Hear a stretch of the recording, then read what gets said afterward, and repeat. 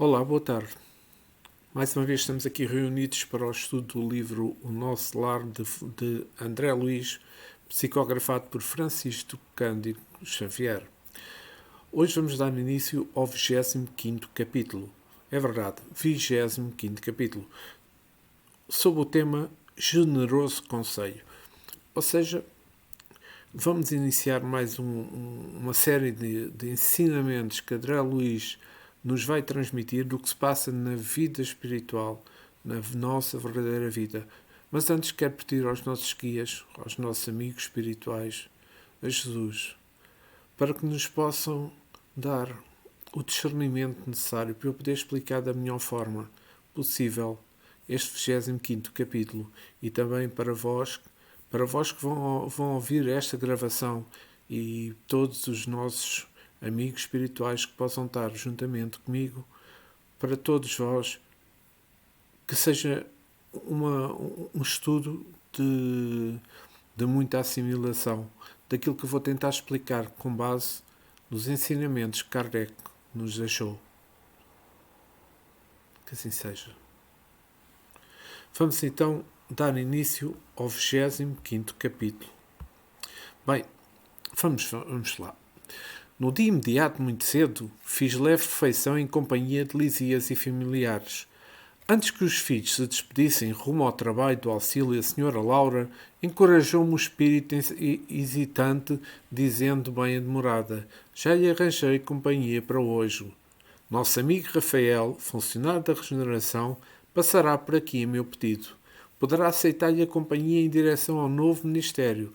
Rafael é a antiga relação da nossa família. Apresentá-lo em meu nome ao ministro Genésio. Não poderia explicar o contentamento que me dominou a alma. Estava radiante. Agradeci comovido, sem encontrar palavras que definissem a minha alegria. Ora, aqui está este início deste 20º capítulo, esta surpresa, esta alegria que André Luiz estava a transmitir pelas palavras que foram psicografadas por Francisco Cândido Xavier. Mas vejamos, qual é que é esta razão desta alegria toda que André Luiz realmente tinha? Bem, após sua recuperação no hospital, como todos sabemos e todos nos lembramos, no Hospital do Nosso Lar, como é óbvio, que é a colónia que estamos diretamente a falar, André, desejoso voltar a exercer suas atividades de médico, havia solicitado ao ministro Clarencio, se recordam-se, que, apesar de falar duramente, mas com franqueza, sobre a sua atuação imprevidente que André Luiz teve na Terra, o atenderia oferecendo-lhe o posto de aprendiz. Mediante todo o auxílio e carinho recebido na colónia por parte de André Luiz, e reconhecendo a oportunidade perdida na última reencarnação, desejava agora retribuir, ocupar-se, ser útil.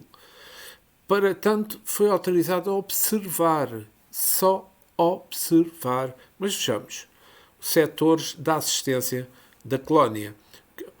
E isto vai se tornar aliciante, este capítulo a seguir. Lisias, por sua vez, demonstrou grande alegria.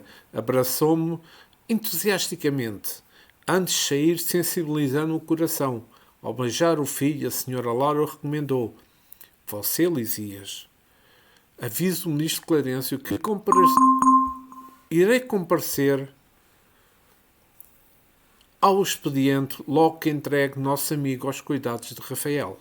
Comovidíssimo, eu não conseguia agradecer tamanha dedicação, ficando a sós a dedicada genitora do meu amigo dirigiu-me a palavra carinhosa. Dizia Dona Laura, neste caso: meu irmão, permita-me algumas indicações para os seus novos caminhos. Creio que a colaboração maternal sempre vale alguma coisa, e já que a sua mãezinha não reside em nosso lar, reivindico a satisfação de orientá-lo neste momento. Ora bem, que melhores palavras poderia André Luiz realmente receber? O apoio que Dona Laura está a dar, o apoio que Lisias lhe deu. Mas vejamos, estando no plano espiritual, não se poderia ter amplo contato com os nossos entes queridos que também lá estão? Já vimos que na erraticidade somos atraídos às diversas zonas espirituais por semelhança de sintonia, ou seja, o grau evolutivo de cada um e também as suas necessidades. Vimos também que, apesar de procurarem os espíritos de diferentes categorias, ficam limitados às suas capacidades de alcançarem o ente querido mais elevado. Mas isso tem um ponto que é muito positivo. Ajudam a progredirem, ajudam a evoluírem, que é o que vamos ver a seguinte. Mas eu antes queria fazer aqui, falar da pergunta 290 do Livro dos Espíritos, na qual os parentes e amigos sempre se reúnem depois da morte. É uma questão que Allan Kardec coloca aos espíritos superiores, vejamos. E isso depende da sua evolução e do caminho que seguem para o seu adiantamento. Se um deles é mais avançado e marcha mais rápido do que o outro, não poderão permanecer juntos. É importante isto. Poderão se ver algumas vezes, mas somente estarão para sempre reunidos quando marcharem lado a lado ou quando atingirem igualdade na perfeição. Além disso, a impossibilidade de ver os seus parentes e amigos é, algumas vezes, uma punição. E esta parte explica realmente que nós estamos na sintonia que temos. Nós, quando passamos para o plano espiritual, vamos para a sintonia que temos aqui na Terra. Se os nossos entes queridos estão mais evoluídos, é óbvio que nós não podemos vê-los com toda a facilidade que queremos. Mas isso não é de todo impeditivo, porque eles poderão visitar-nos algumas vezes, como diz Allan Kardec. Mas também há um ponto que é importante. Então, e se nós não pudermos ver os entes queridos por causa de erros que nós fizemos com eles, de punições que tivemos aqui na Terra? Isso pode acontecer. E quando assim é, meus amigos, temos que nos reorganizarmos internamente para podermos evoluir e podemos estar a par, no mesmo nível, na mesma sintonia que aqueles que nós amamos. Mas vamos voltar ao texto. Gratíssimo, respondi sensibilizado. Isto diz André Luís. Nunca saberei traduzir meu reconhecimento à sua atenção. Sorriu a bondosa senhora, acrescentando: fui informada de que pediu trabalho há algum tempo. Sim, esclareci, relembrando as elucidações de Clarencio, como vimos no capítulo anterior. Sei igualmente que não o obteve de pronto, e recebendo mais tarde a necessária autorização para visitar o Ministério, que nos ligam mais fortemente à Terra, esboçando significativa expressão fisionómica. A boa senhora acrescentou: é justamente neste sentido que lhe ofereço sugestões humildes. Ora bem, então estamos aqui nesta parte do texto. O que é que Dona Laura está a querer oferecer a André Luís? Pois vejamos.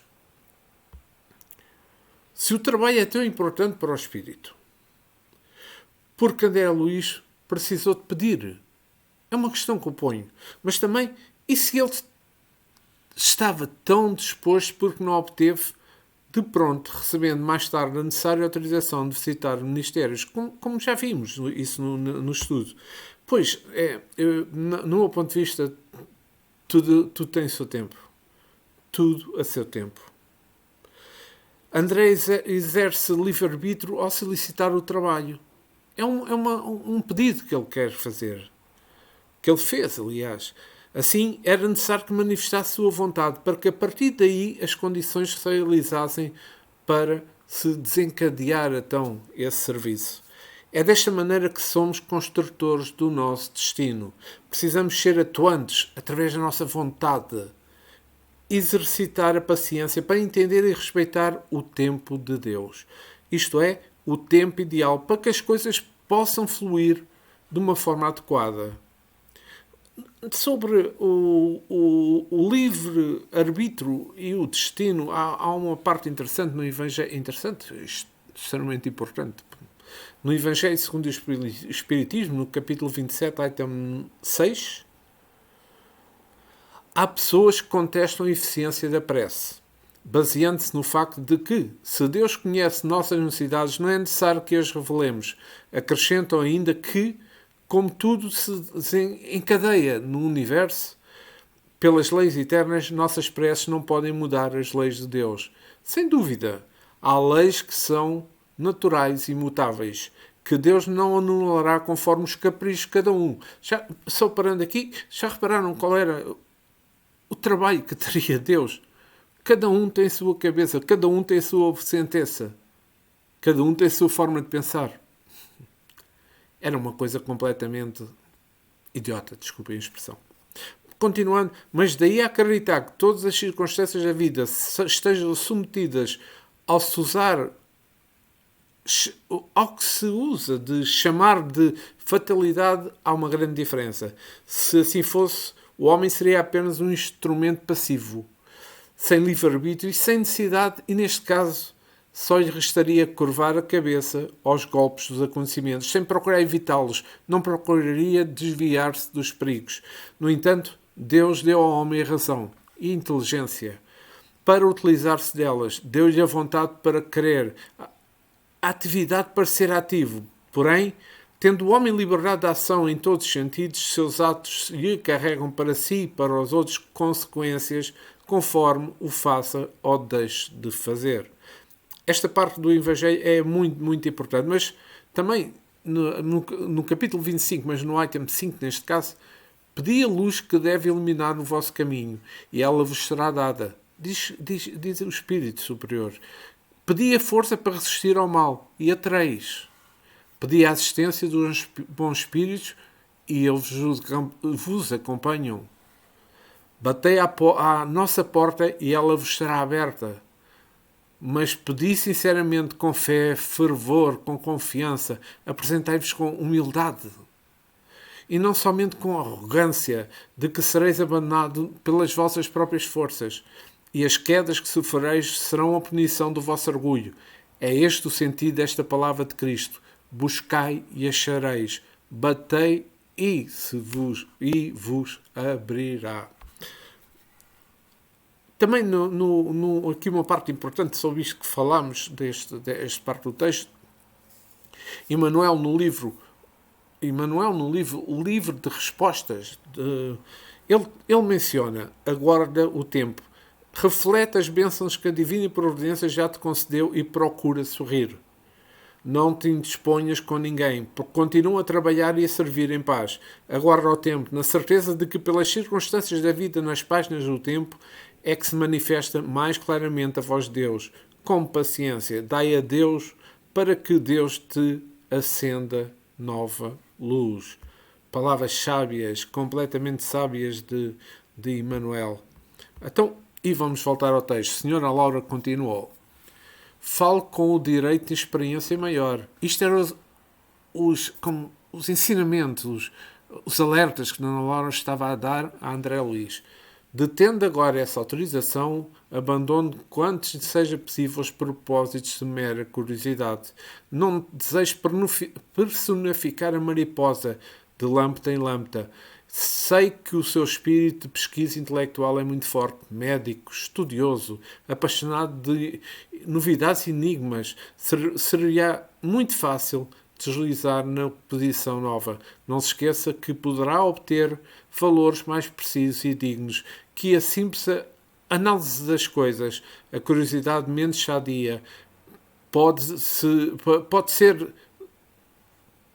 ser zona mental muito interessante, mas perigosa por vezes. Dentro dela, o espírito desassombrado e leal consegue movimentar-se em atividades engrandecedoras. Mas os indecisos e inexperientes podem conhecer dores amargas, sem proveito para ninguém. Ora, aqui está uns avisos em forma de ensinamento de Dona Laura para André Luís. Mas porquê é que Dona Laura aconselha a André Luís a abandone quanto lhe for possível os propósitos, mera curiosidade. Como nós já vimos, André Luís estava, quando começou a se movimentar, quando se levantou, quando melhorou a sua postura interior, a sua prece, o seu amor a Deus, ele demonstrou muita curiosidade por tudo. O que é aquilo? O que é aquilo? O que é aquilo? Mas como é que é aquilo? E aqui a curiosidade, isto é a vontade de conhecer. Por si só, é muito vaga, mas provoca importante senso investigativo no ser. Tratando-se da necessidade de aprendizado moral, que é o verdadeiro propósito das atividades do espírito, a moral. Além do espírito saber, ele precisa dar continuidade a esse conhecimento, vivenciando. Era o que André Luís tentava saber. Um grande exemplo desta forma de aprendizado moral são as revelações trazidas à humanidade pelos espíritos.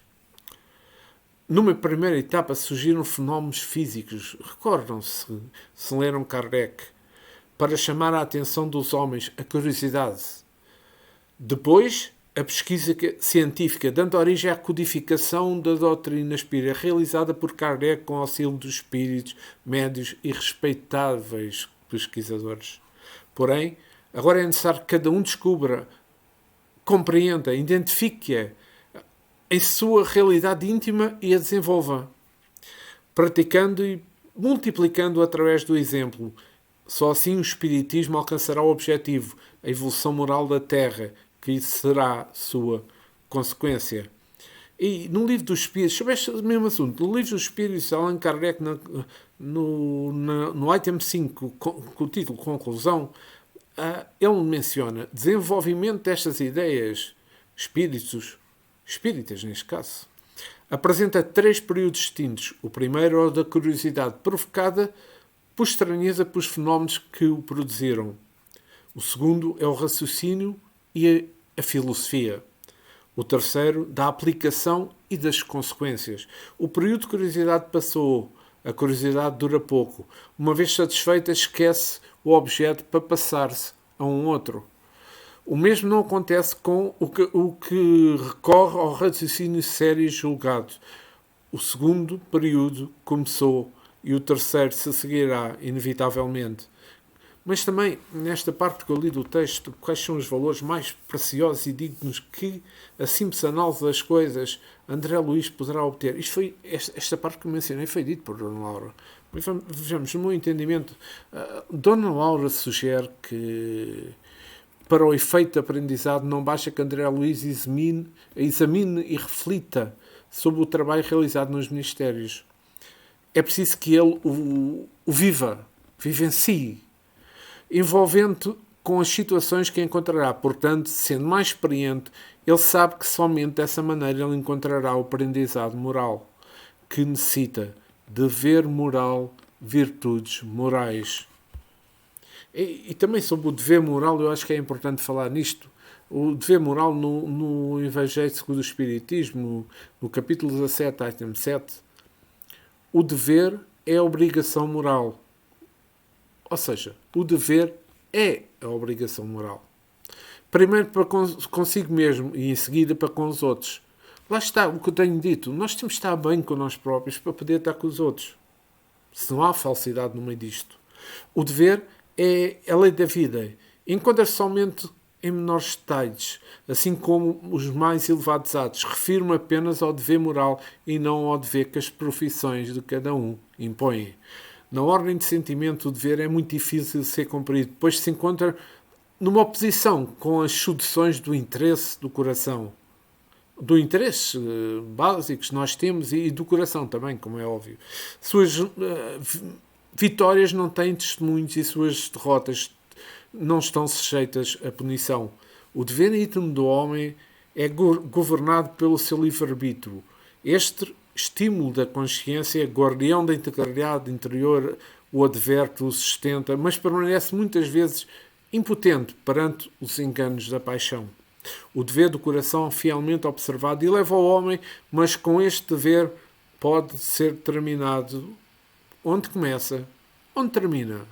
Pois, o dever começa precisamente no ponto onde se ameaça e a felicidade ou a intranquilidade do próximo.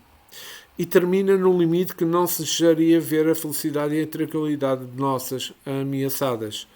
O dever reflete, na prática, todas as virtudes morais, é uma fortaleza da alma que enfrenta as angústias da própria luta. A virtude, no seu mais alto grau, é um conjunto de todas as qualidades essenciais e constitui o bem, o homem de bem. Ser bom, caridoso, esforçado, sóbrio, modesto, são qualidades que de um homem virtuoso, infelizmente, são acompanhados quase sempre por pequenas falhas morais que desmerecem e os enfraquecem. Aquele que faz exibição da sua virtude não é virtuoso, pois lhe falta a principal qualidade, a modéstia. E com o vício mais oposto, o orgulho, vós todos, a quem a fé espírita reanimou com os seus raios e que sabeis o quanto o homem está longe da perfeição, não façam nunca mais delizes destas. E nesta parte também do texto, há uma parte que eu acho que porque é que Dona Laura menciona a curiosidade, mesmo sadia, pode ser zona mental muito interessante, mas perigosa por vezes. O que é que ela quererá dizer com isto? Bem, eu acho que a busca de um novo conhecimento muitas vezes necessita de certas premissas racionais, emotivas, que só são possíveis com uma certa bagagem, já com um certo conhecimento de base, que o espírito adquire através das experiências e compreensões anteriores. Assim, somente usa a curiosidade para conhecer coisas novas, sem o preparo necessário, principalmente no que se refere a dramas dos espíritos necessitados de auxílio, pois desencadear julgamentos precipitados e desequilíbrios. É assim que o curioso que chega à casa espírita busca os fenómenos, fica sujeito às ideias místicas sobre a mediunidade. Ouvindo as palestras esclarecedoras e ingressando em grupos de estudo, é capaz de entender a coerência dos seus fundamentos. Porém, somente a prática mediúnica é capaz de proporcionar ao trabalhador espírita a vivência espiritual, no intuito de ajudar os irmãos em sofrimento. Identifica-se com os relatos e compreender verdadeiramente que é também um espírito. No livro de Emmanuel, a Verdade responde sobre a influência do espiritismo no título e as consequências do aprendizado espírita. Emmanuel traz aqui uns ensinamentos muito importantes. A influência do espiritismo é, em verdade, a feição do movimento libertador das consciências. Será precioso fator de evolução em toda a parte. Na ciência, criará novos horizontes. A glória do espírito, na filosofia, traçará princípios superiores ao avanço inevitável do progresso. Na religião, estabelecerá supremos valores interpretativos, liberando a fé viva das sombras que encarecem na estagnação e na ignorância. Na justiça, descortinará novos rumos aos direitos humanos. No trabalho, proporcionará justa configuração do dever. Nas artes, acenderá a aspiração da inteligência para os mais arrogados voos ao país da beleza. Na cultura, surgirá novas fontes de luz para a civilização fatigada e decadente. Na política, moldará nova conceituação, peço imensa desculpa, para a responsabilidade dos patrimónios públicos. Na legislação, instituirá o respeito substancial ao bem comum e em todos os setores do crescimento terrestre. À frente do futuro, ensinará e levantará, construindo e consolando com a verdade a nortear-lhe a marcha redentora. Entretanto, somente no coração é que o espiritismo pode realmente transformar a vida. Não basta erguer o homem com novas experiências de natureza exterior sem base de sentimento. Esta parte é extremamente importante porque nós vemos tudo de uma forma terrena, de uma forma material. Esqueçamos. É importante na vida que estamos, mas importante no verdadeiro sentido da palavra é o que vai no nosso coração, nos nossos sentimentos para nós e para com os outros. Volto a frisar isto. Senhora Laura, voltemos ao texto. Senhora, Senhora Laura continuou. Clarence ofereceu-lhe ingresso no ministério, nos ministérios, começando pela regeneração. Pois bem, não se limita a observar, ao invés de abrigar a curiosidade medida no trabalho e atire-se a ele na primeira ocasião que lhe ofereça. Surgindo a oportunidade nas tarefas da regeneração, não se preocupe em alcançar o espetáculo dos serviços de demais ministérios. Aprenda a construir o seu círculo de simpatias e não se esqueça que o espírito de investigação deve manifestar-se após o espírito de serviço. Pesquisar atividades alheias sem testemunho no bem pode ser criminoso atrevimento. O que a Dona Laura diz é bastante forte. E vejamos sobre esta parte do texto, porque é que o espírito de investigação deve manifestar-se após o espírito de serviço, como Dona Laura diz. Porque todas as tarefas realizadas fornecem ao espírito as experiências oportunas do seu aprendizado. No esforço de assentar cada tijolo que o espírito identifica, constrói e fortalece suas aquisições morais e intelectuais, entre erros e acertos, entre quedas, superações e vitórias, encontrando nas experiências próprias a riqueza e a sustentação de análise e conhecimentos. Pois, nos episódios diários, Joana de Ângelo, psicografado por Divaldo Franco, no capítulo 32, sim, está mencionada uma coisa que é muito importante. É da lei o ditado que cada um evolui com o esforço próprio e que a colheita é a resposta sementeira. Destinado à perfeição, o espírito adquire sabedoria imediatamente às experiências que vive, conquistando palmo a palmo os passos de evolução. Quando erra, repete a tentativa, até acertar. Quando prejudica, volta a reparar, auxiliando a quem infligiu. Deste modo, o trabalho é pessoal intransferível. Embora receba ajuda, orientação e estímulo, a ação é de cada um. E aqui faz-me exatamente voltar a falar do planeta que nós estamos a passar para a regeneração, o nosso planeta de provas e expiações. Se nós erramos, nós temos que acertar. Se nós prejudicarmos alguém, nós vamos ter que reparar. E deste modo, todas as ações que nós temos fazem parte do nosso histórico, fazem parte dos nossos conhecimentos, fazem parte da nossa mente, a mente perispiritual. Ou seja, o local onde está armazenado todas as nossas vivências, todos os nossos conhecimentos, todas as nossas perfeições, sejam morais ou de outra forma, mas principalmente as morais é que prevalecem e que são as importantes para nós próprios. E o que é que significa, como diz Dona Laura, pesquisar atividades alheias sem testemunho no bem pode ser criminoso atrevimento? Este é um alerta muito forte. Mas vejamos, quando se analisa um cenário sem o conhecimento dos factos que os compõem, caímos no possível erro de conclusões e julgamentos precipitados e imprecisos. Pois vejamos, nós nunca podemos dar um conselho a alguém que nos está a pedir ajuda de uma forma direta e precisa, principalmente precisa, porque nós não estamos na mesma situação da pessoa. Por muito que nós vejamos vários sinais em volta, só podemos falar desses pequenos sinais, porque no fundo, cada um é diferente, cada um. Eu não posso estar a falar de um problema psicológico que alguém tem, porque eu não estou na posição dessa pessoa. Eu não consigo perceber todos os sinais, todos os seus sentimentos. Entendem o que eu quero dizer? E vejamos, e mais, para se realizar situações de cunho espiritual é imprescindível o olhar mais abrangente, de maior alcance evolutivo, de uma compreensão que somente o aprendizado moral nos possibilitaria. Afinal, a verdadeira compreensão exigiria que pudéssemos nos colocar no lugar do outro, como eu há pouco disse. Mas como Isso é possível se não tivermos a vivência dos factos que ele está envolvido, senão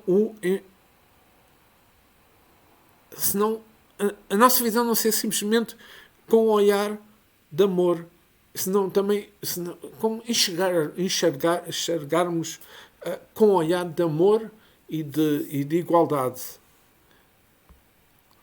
No livro Oferenda, Joana de Ângelo, de psicografado por Divaldo Franco, no tema que é sobre a área perigosa e os julgamentos, ela menciona uma coisa muito importante. O problema do julgamento das aparências, das atitudes do próximo e da pessoa em si é sempre um empreendimento ingrato para quem se coloca na condição de juiz. As ocorrências observadas são sempre resultados de conhecimentos desconhecidos. Para tal cometimento seria necessário estrutura moral e autoridade decorrentes de uma vivência igual que nós não temos. Daí que nós nunca nos podemos colocar no lugar do outro.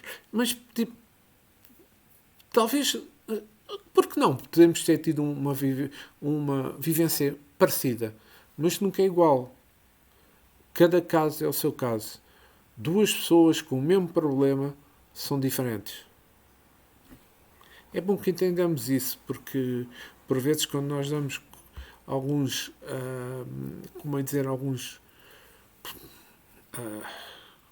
alguma ajuda, nós temos de pensar realmente os prós e os contras do que estamos a ajudar. Porque às vezes nós o que queremos ajudar podemos estar a prejudicar. É muito importante, pensemos nisso, sim. Dona Laura continuou: muitos fracassos nas edificações do mundo originaram-se de semelhante erro. Todos querem observar raros e se expõem a realizar. Somente o trabalho digno confere ao espírito um merecimento indispensável a qualquer direitos novos.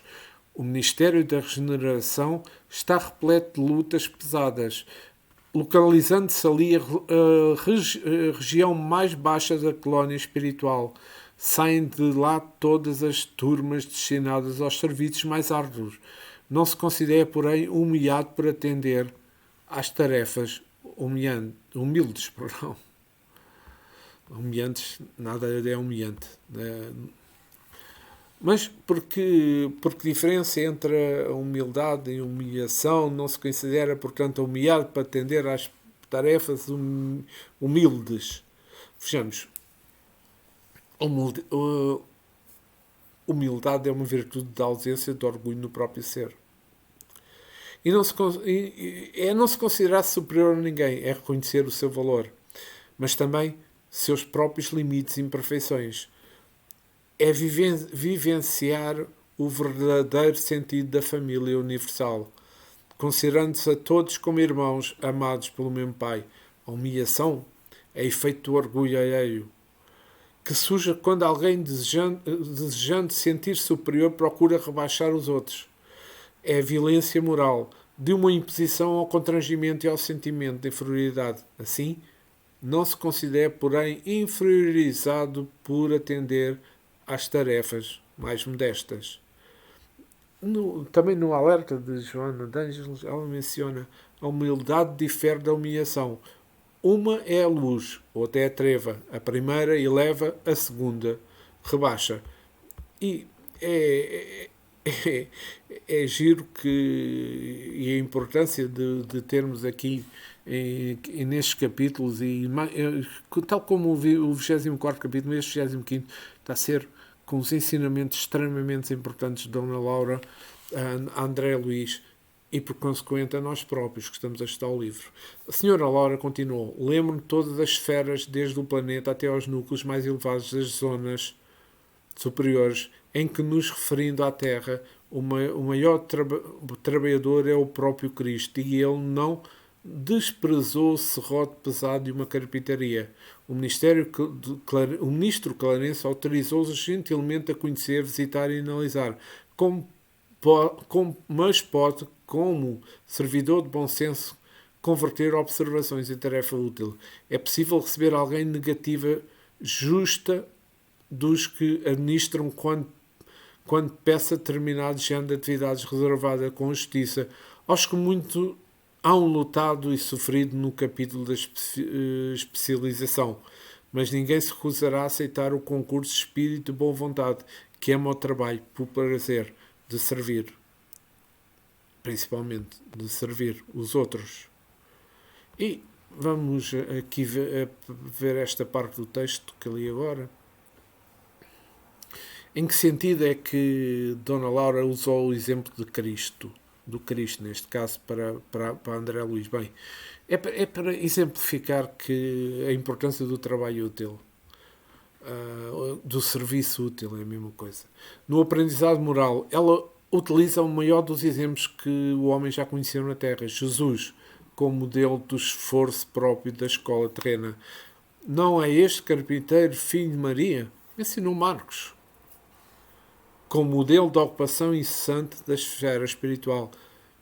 Também no caminho da luz de Emmanuel, ele menciona: ele é a luz do princípio e as suas mãos misericórdias repousam os destinos do mundo. Ora, que bonito é esta parte de Emmanuel.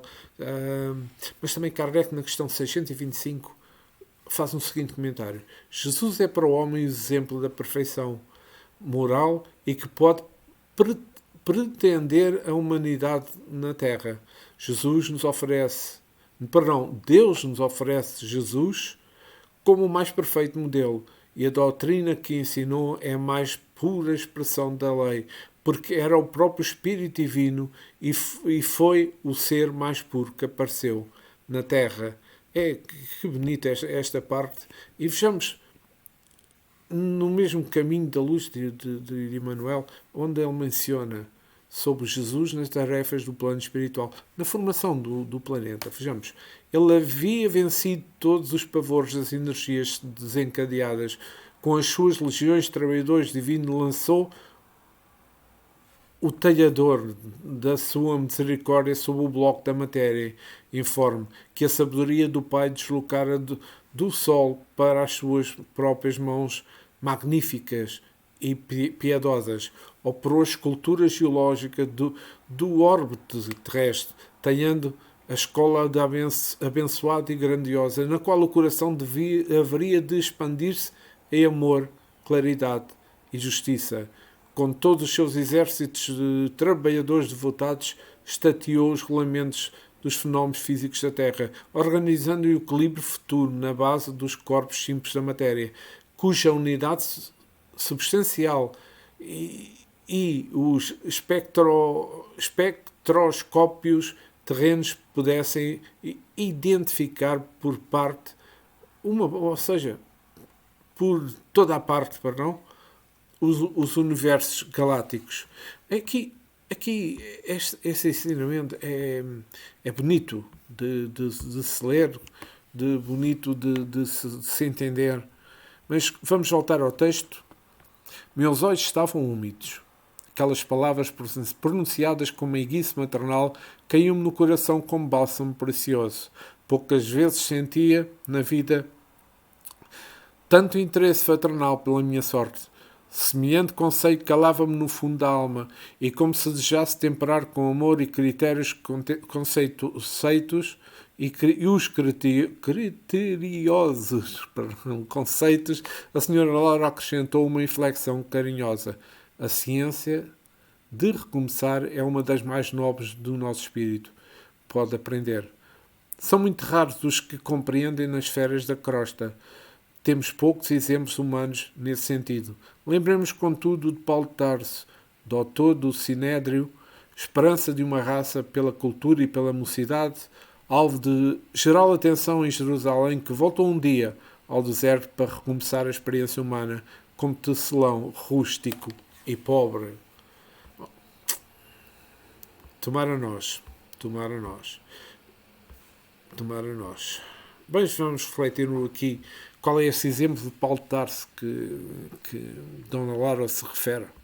Bem, Saulo, o orgulhoso fariseu, inteligente, culto, com grande prestígio no Sinédrio, guiado por ideais distorcidos sobre o sagrado e perseguido dos cristãos após a sua conversão ao Cristo no o episódio ocorrido na estrada de Damasco, onde perdera a sua visão, agora derrotado, sozinho, abandonado pelos antigos companheiros, abalado pelas suas profundas convicções morais, parte para o deserto, como humilde tecelão de tendas, e se torna Paulo o apóstolo dos gentios. Emmanuel, no livro Paulo e Estevão, sobre o tecelão, Paulo busca a luz dos ensinamentos de Gamaliel, seu antigo mestre na sinagoga. Vejamos o que Emmanuel nos diz. Não podias receber das mãos paternas dávidas mais generoso. O teu pai foi providente, como todos os chefes da família e do povo de Deus, procurando aperfeiçoar nas tuas mãos o trabalho, antes que o cérebro se povoasse de muitas ideias. Está escrito que devemos comer o pão com o suor do nosso rosto. O trabalho é o movimento sagrado da vida. Foste humilde, tecelão, antes conquistares os títulos honoríficos de Jerusalém. Agora que te candidaste ao serviço do Messias na Jerusalém da humanidade, é bom que voltes a ser modesto tecelão. As tarefas apagadas só são grandes mestras do espírito de submissão. Não te sintas humilhado, regressando ao tear que nos surge. Presentemente, qual amigo generoso, estás sem dinheiro, sem recursos materiais. Ora, aqui está, e há aqui uma parte que eu acho que é muito importante. Todo o trabalho honesto está selado com a bênção de Deus. Ser tecelão depois de ter sido rabino é para mim mais honroso que descansar sob os títulos ilusórios conquistados num mundo onde a maioria dos homens ignora o bem e a verdade. Palavras muito sábias de Paulo. Mas vamos voltar ao texto. Não pude mais. Tomei-lhe as mãos, como filho agradecido, e cobrias do pranto jubiloso que me inundava o coração. Isto dizia André Luís. A genitora de Lisias, Dona Laura, agora de olhos fixos no horizonte, murmurou: muito grata, meu irmão. Creio que você não veio a esta casa a atender os mecanismos da casualidade. Estamos todos entrelaçados numa teia de amizade secular. Brevemente voltarei aos círculos da carne. Entretanto, continuaremos sempre unidos pelo coração. Espero vê-lo animado e feliz antes da minha partida. Faça desta casa a sua habitação. Trabalhe e anime-se, confiando em Deus. Novamente, Dona Laura, que está-se a preparar para vir novamente reencarnar na Terra, neste caso, encarnar na Terra. Ou seja, se o espírito, ao encarnar, esquece da vida espiritual, como a Dona Laura afirma, continuaremos sempre unidos no coração. Isto é uma pergunta que é importante. Vejamos. Vou tentar explicar. Apesar do esquecimento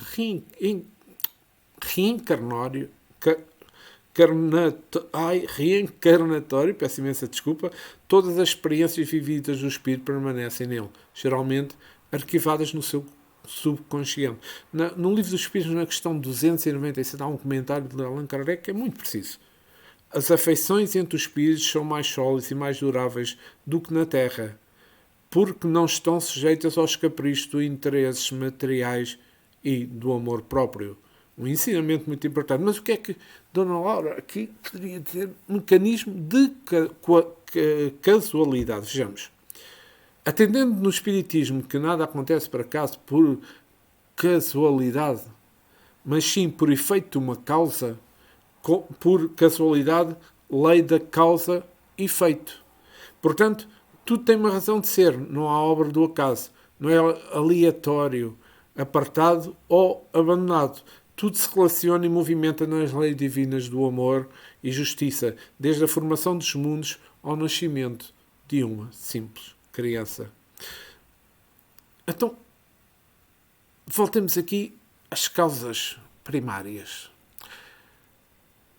E sobre o acaso também, não é? Na questão 1 do Livro dos Espíritos, o que é Deus? A resposta é: Deus é a inteligência suprema. causa, volto a repetir, causa primária de todas as coisas. Nessa pergunta, no comentário, na questão 4, perdão, um comentário de Allan Kardec que é importante. Vejamos.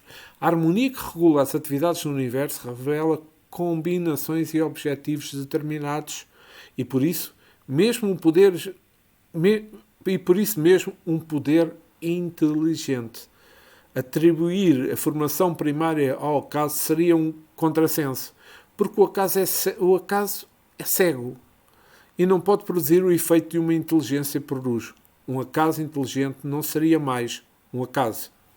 Isto torna-se giro relembrarmos porque é importante. E também, nesta parte, o encontro entre André e Dona Laura na vida espiritual poderia ter ocorrido por casualidade. Fechamos. Na vida física somos levados a conviver com nossos afetos. São os espíritos familiares e amigos que nos ajudam e nos acompanham por diversas encarnações, independente do grau evolutivo de cada um. Os nossos afetos, aqueles que atraímos pelas necessidades de reajuste. E outros que nos trazem uma necessidade de aprendizado mútuo, com um objetivo determinado, seja por contrariedade ou por afinidade. Na vida espiritual prevalece a sintonia e a afinidade, que na verdade depende da condição evolutiva já alcançada. Portanto, as relações não são acidentais, nenhuma ocorre por mecanismo da casualidade. Tudo o que somos, tudo o que realizamos e tudo o que modificamos no nosso próprio livre-arbítrio fica registado no nosso corpo espiritual, no corpo casual. E são exatamente esses registros fluídicos que atraem através do magnetismo e são as condições e relações necessárias à sua harmonização. A profunda simpatia de André e Dona Laura pode revelar-se uma ligação anterior que os reaproximou, ou simplesmente uma boa sintonia espiritual, em decorrência da característica amorosa e maternal daquela senhora. No Livro dos Espíritos, na questão 386, Kardec pergunta: dois espíritos que se conhecem e se amam podem se encontrar em outra existência corporal e se conhecer? A resposta do espírito superior, é a seguinte: reconhecer-se não, mas podem sentir-se atraídos um para o outro. Frequentemente as relações íntimas fundadas numa relação séria não têm outra causa. Dois seres aproximam-se um dos outros por consequências casuais em aparência, mas são de facto a atração dos dois espíritos que se procuram na multidão. Na pergunta 387, a simpatia vem sempre de um conhecimento anterior? Pergunta Allan Kardec, e a resposta é não. Dois espíritos compreendem, procuram-se mutuamente, sem que seja necessário que se tenham conhecido em encarnações passadas. E fechamos. Na pergunta 388, os encontros que ocorrem algumas vezes e que se atribuem ao acaso não serão o efeito de uma certa relação de simpatia? E a resposta é a seguinte: há entre os espíritos pensantes laços que ainda não conheceis. O magnetismo é que dirige essa ciência, que compreendereis melhor mais tarde. Isto mostra que nós ainda não estamos preparados para conhecer tudo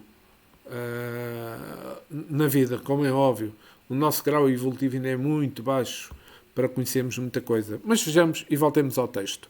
Levantei os olhos rasos d'água, fixei-lhe a expressão carinhosa, experimentei a felicidade que nasce dos afetos puros e tive a impressão de conhecer minha intelectora de tempos, embora tentasse inutilmente identificar o carinho das recordações mais distantes. Quis beijá-la muitas vezes com o enternecimento filial do coração, mas nesse momento alguém bateu à porta. Fintou-me a Dona Laura, mostrando indefinível ternura maternal, e falou: é Rafael que o vem buscar. Vá, meu amigo, pensando em Jesus, trabalhe para o bem dos outros, para que possa encontrar o seu próprio bem. Esta parte torna-se bastante gira, porque vamos ver qual é que é este significado do que a Dona Laura menciona. Trabalhe para o bem dos outros, para que possa encontrar o seu próprio bem. Esta parte do texto é importante, é que se vocês, como sabem, é dando recebe. Isto está na oração de São Francisco, para os que conhecem. Pois quando saímos do nosso egoísmo e buscamos ajudar o nosso próprio, nos afastando das amarras mais difíceis de serem desatadas em nós, é essa a liberdade que devemos procurar para que alcancemos a harmonia e a felicidade que tanto desejamos. E na paz da consciência e no trabalho útil no bem, como alimento da alma. E que desta forma chegamos ao fim deste 25º capítulo deste livro que é extraordinário, que nos traz ensinamentos muito, muito fortes e nas quais eu tento relacionar sempre com aquilo que Allan Kardec já tinha-nos dito. Allan Kardec disse-nos por palavras, por vezes não totalmente detalhado, mas nestas obras de André Luiz nós vamos perceber realmente mais detalhes sobre aquilo que Allan Kardec já nos ensinou. É muito importante ler este livro. Se você é espírita e gosta do espiritismo e da espiritualidade, estudar este livro é algo muito importante. Muito obrigado a todos. Eu peço também e mando o agradecimento aos nossos guias, aos nossos amigos espirituais de Jesus, que nos permitiu reunir-nos neste momento para estudo deste 25º capítulo deste livro maravilhoso que é o nosso lar. Obrigado, um bem-ajam e muita paz para todos.